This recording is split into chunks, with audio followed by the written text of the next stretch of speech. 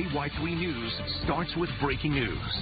Our top story, a homicide investigation in Springfield. Yeah, police were called out to a home on the 1900 block of North Burton Avenue right around midnight. That's the location here on the map, just to the north of East Division Street and just west of Highway 65. Our Billy Brightman is there in Northeast Springfield with the very latest. Billy. Yeah, police tell us that one person is dead, and we have no word on a suspect yet, but I'll show you what the scene looks like because it is still active. There's this home here, and we've seen officers with flashlights both in the sort of back side yard as well as inside the house, and the entire thing is taped off with caution tape. But here is what they tell us right now. They say that they were called out just before midnight last night to this home on North Burton Avenue, and they found a man with a gunshot wound. That man was then taken to the hospital where he later died. Like I said, there is no word on a suspect right now, whether or not there is a person in custody, and that's the information that we'll be looking for throughout the rest of the morning. We did see a canine here. They have since left, but the crime scene investigation unit is still on scene. Like I said, we'll continue to follow this story throughout the morning. For now, live in Springfield, Billy Brightman, KY3 News. All right, Billy, thank you so much. Meanwhile, investigators in Benton County are asking for your help. They're looking for a missing one-year-old and her mother.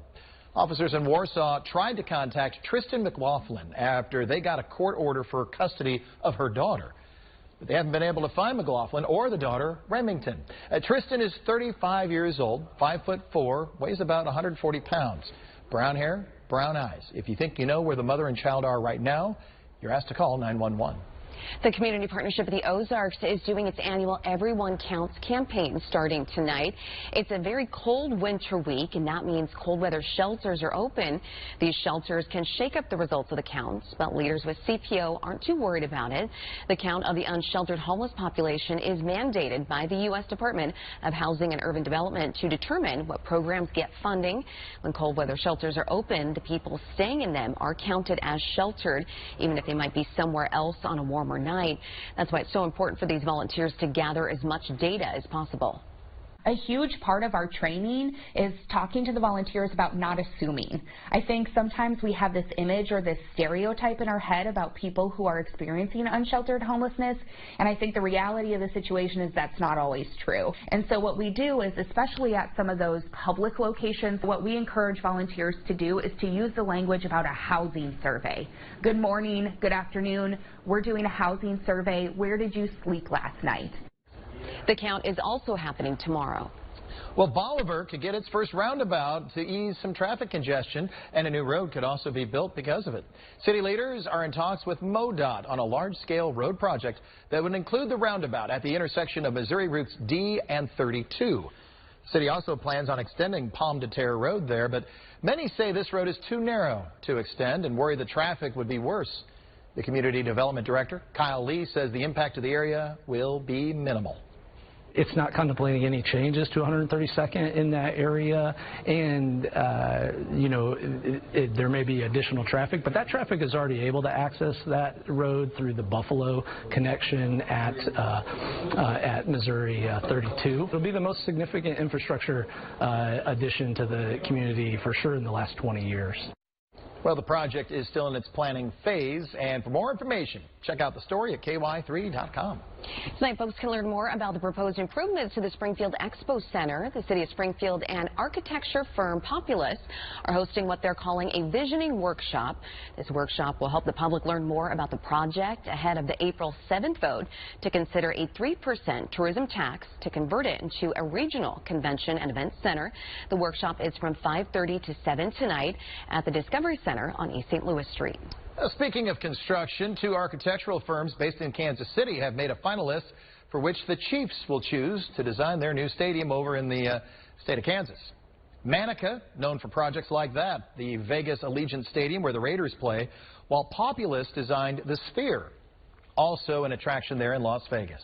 The executive director of the American Institute of Architects, Kansas City, says there's no wrong choice here. She says either would deliver an incredible venue for the Chiefs community and for anyone who just wants to go to a game. We're thrilled to see any client, any owner, any team owner choose a local architecture firm to do a project, especially one of this kind of importance and this magnitude. Kansas City is the worldwide home base of sports architecture. We have most of the large projects done even around the world are designed right here in Kansas City.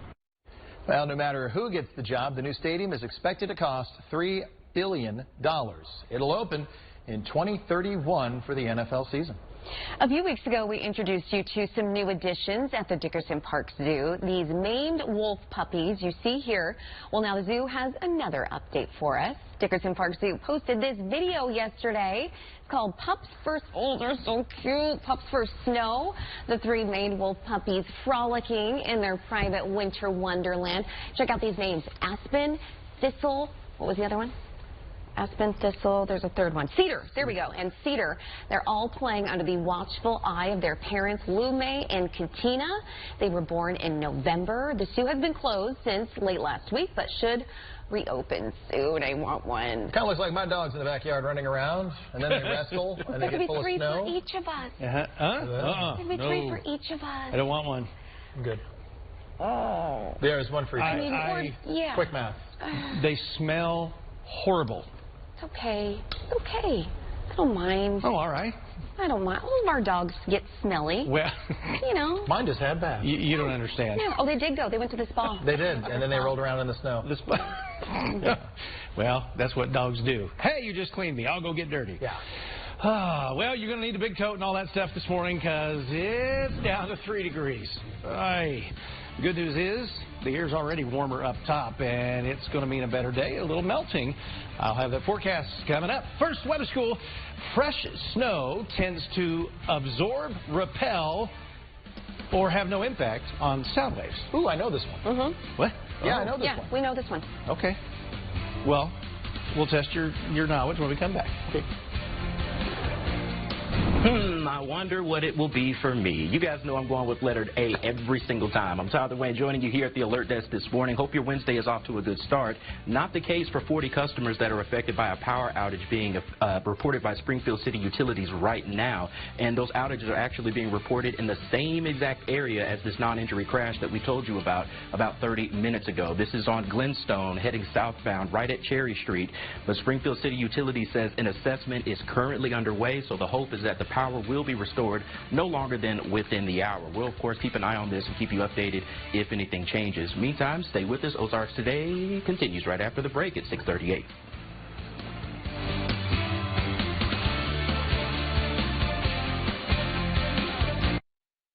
And now, KY3 First Alert Weather. Good morning on your Wednesday. Beautiful sunrise up in Bolivar this morning. Unbelievable. The temperatures, though, below, well below where we were yesterday. We had the warm-up yesterday that felt so good. Yep. Down, we had a record low Monday. It was, what, 30-plus warmer yesterday for some. From 24 hours away, now 24 hours again later. Yeah. Wow, we're 3. Here are the temperatures around from Weather Watchers, and look how different they are. Mountain Home's 20, Jasper's 19. You got teens down there at Branson and Eureka Springs, 4 in Winona, 7 at Cole Camp and Stockton. Guess where the cold spot is? Springfield. It's at 3. Now, the good news is we don't have a wind chill. That's coming later in the forecast. But here are some of the other numbers there. You got 11 at West Plains, 23 at Harrison. You got 11 in Warsaw. So it does vary, certainly. We've all still got snow, but we're going to get rid of some of that today. High temps. Here's the thing. When you got snow on the ground, clear skies, we call this radiational cooling, but that means that the heat from the ground goes out into space. The air above is lots warmer, actually. So all you got to do is get the sun up and get a breeze, and yeah, we're looking at 30s and 40s today. Arkansas, you hit 42 in Harrison yesterday. We'll add a bit to that, and I'd say mid-30s will be common here from Camdenton to Eldon, Iberia, and so on. Now, tomorrow morning we won't be as cold, so we're going to be back up thanks to clouds overnight. Should have 20s for the most part, and then a range of highs tomorrow because low pressure is going to be coming through Oklahoma and eventually Arkansas, and so we're going to see 40s freeze again across our south counties, but perhaps a slight drop in the north, and then we all drop for the weekend. I'll show you the numbers when I come back. Brandon, thank you. Here's some of the stories we are following this morning. First, Greene County crews say they should be through clearing roads surrounding Springfield by today. The Highway Administration says crews have spread more than 500 tons of salt since the weekend inside Springfield city limits. Public Works says around 2/3 of streets are back to normal. Now crews will be focused on clearing the rest of the streets throughout the day. Meanwhile, a popular Springfield restaurant hopes to reopen for lunch today.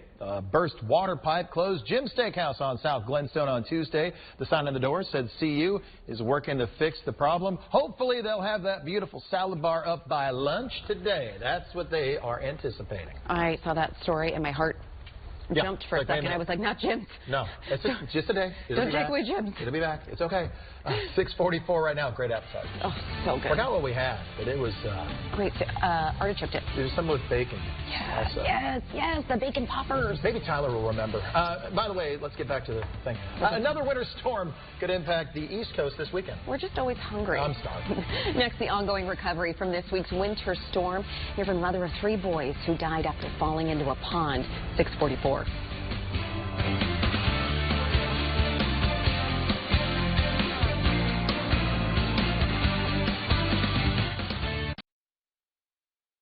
And now, KY3 First Alert Weather.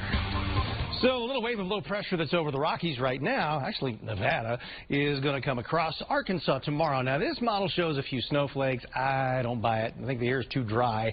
We'll see cloud cover increase, and then I think Thursday night, a little more moisture involved. I wouldn't be shocked. You notice the purple here. I guess that's kind of a pink. Anyway, there is a slight chance that we have a little freezing drizzle. Very light stuff. Parts of Arkansas, maybe up through south central Missouri. I don't think it's enough to cause concern, but yeah, nonetheless, something to watch. And then watch as the storm kind of ramps up as it gets over here to the East Coast. A lot of times those things will start strengthening with the cold air versus the warm water, and that may be a formidable storm for the East Coast. For us, we get the cold. So we start single-digit wind chills Friday. We probably stay there, teens at best, and then look what we could wake up with as we get into the evening. It's way below 0. And then Saturday morning, -10 to -20. Yeah. Good news is it doesn't last long. We'll see a high temp today going up, 38 in Springfield, 45 down in Harrison. Not as cold overnight tonight because clouds will be here again, low to middle 20s. And then I think tomorrow afternoon, well, if you live up in Warsaw, your temp's going to come down a little bit. For Springfield, it may come up slightly, about 40 degrees. But boy, the bottom falls out Thursday night. Friday, a high temp about 23. That'll probably be in the morning for Springfield.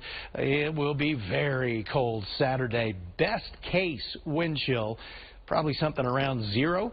We come out of it pretty quick next week, though, and temps start to climb through the 40s. All right, Weather School. Fresh snow tends to absorb, repel, or have no impact on sound waves. Well, let's do it at the same time, because we think we know it. Yes. 1, 2, 3, absorb. Repel. Oh, no! How? No, you said absorb. What did you say, B? I said repel. When you're walking and it's a fresh snow, you hear sound from everywhere. Oh, I think it makes it quiet. It's quieter. Quiet. Oh. I love the quiet after snow. How many times you walked in the snow? Not enough, I guess. And Tyler got it right, too. Uh-oh. I'm thinking too much on this Wednesday, Tyler. Apparently. Letter A, man. You're bound to get it right at some point. Tyler for the win for Weather School today. Turning from Weather School to Scam School now. Again, I'm Tyler Wayne, joining you from the Alert Desk, inviting you to join me later this morning for a conversation about online and counterfeit scams. Pamela Hernandez is the Regional Director for the Better Business Bureau in Springfield. You've seen her many times here at KY3, and she says that scammers can run ads or create sponsored posts almost as easily as a legitimate company. So in today's Scam School, she'll explain what to look out for. Something else to look out for in today's Scam School, weather scams and how scammers pose as contractors from heating, plumbing, or electric companies both during and after storms. The Scam School is coming up right after the show today at 9 a.m., so be sure you join me at the digital desk for that. Very timely, the weather scams, right, Jackie and Chad, given everything that we've been experiencing here in Missouri and across the nation. you. Right. Those crooks and thieves, they like to seize on every opportunity. Well, meanwhile, family in Texas, they are grieving the loss of 3 children from a storm-related tragedy. This as another storm now is taking aim at the East Coast this weekend. Reed Binion has the story. I tried to pick one up, put them on the ice. It would just break and keep falling in. Tragedy in Texas. 3 brothers ages 6, 8, and 9 dead after falling through the ice on a private pond north of Dallas. Dozens of storm and cold-related deaths have been reported across several states. Meanwhile, the frigid blast continues to wreak havoc on the roads, many still slick with ice. Air travel also impacted, with flight cancellations rising sharply Tuesday. Travel disruptions also extended to the waterways. In New York City, ferry service was suspended due to ice conditions, a disruption likely to last several days. Electrical outages also lingering. According to tracking website poweroutage.us, more than 500,000 electric customers were still in the dark as of Tuesday afternoon. Amid the fallout, there were also many brave rescues, including one in the Washington, D.C. area. How are we going to get them out? Where crews saved a young boy from a storm drain. We looked at trying to physically remove the grate. That was also frozen solid. When the kid came out of the hole, he was smiling and laughing. It's a great feeling for everyone. The Arctic blast will likely be followed by even more severe weather, with forecasters predicting what they call a bomb cyclone off the East Coast this weekend. I'm Reed Binion reporting.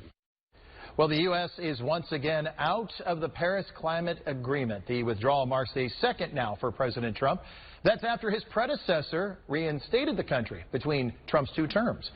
This time around, though, the president wants to abandon the UN treaty that underlines the accord. That's despite getting the Senate ratification of 1992 and then President George H.W. Bush's signature.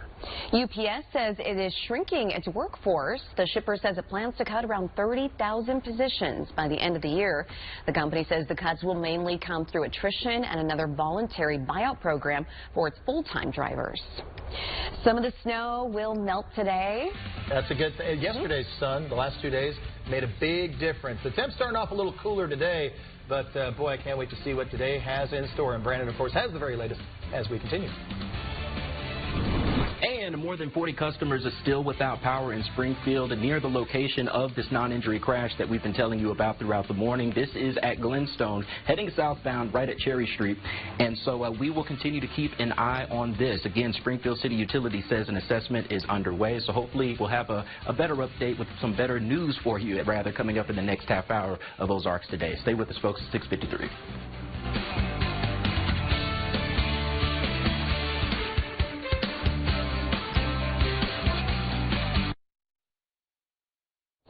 Here's a check of our top stories. Springfield police are investigating a homicide. Police were called out to the home there on the 1900 block of North Burton Avenue right before midnight.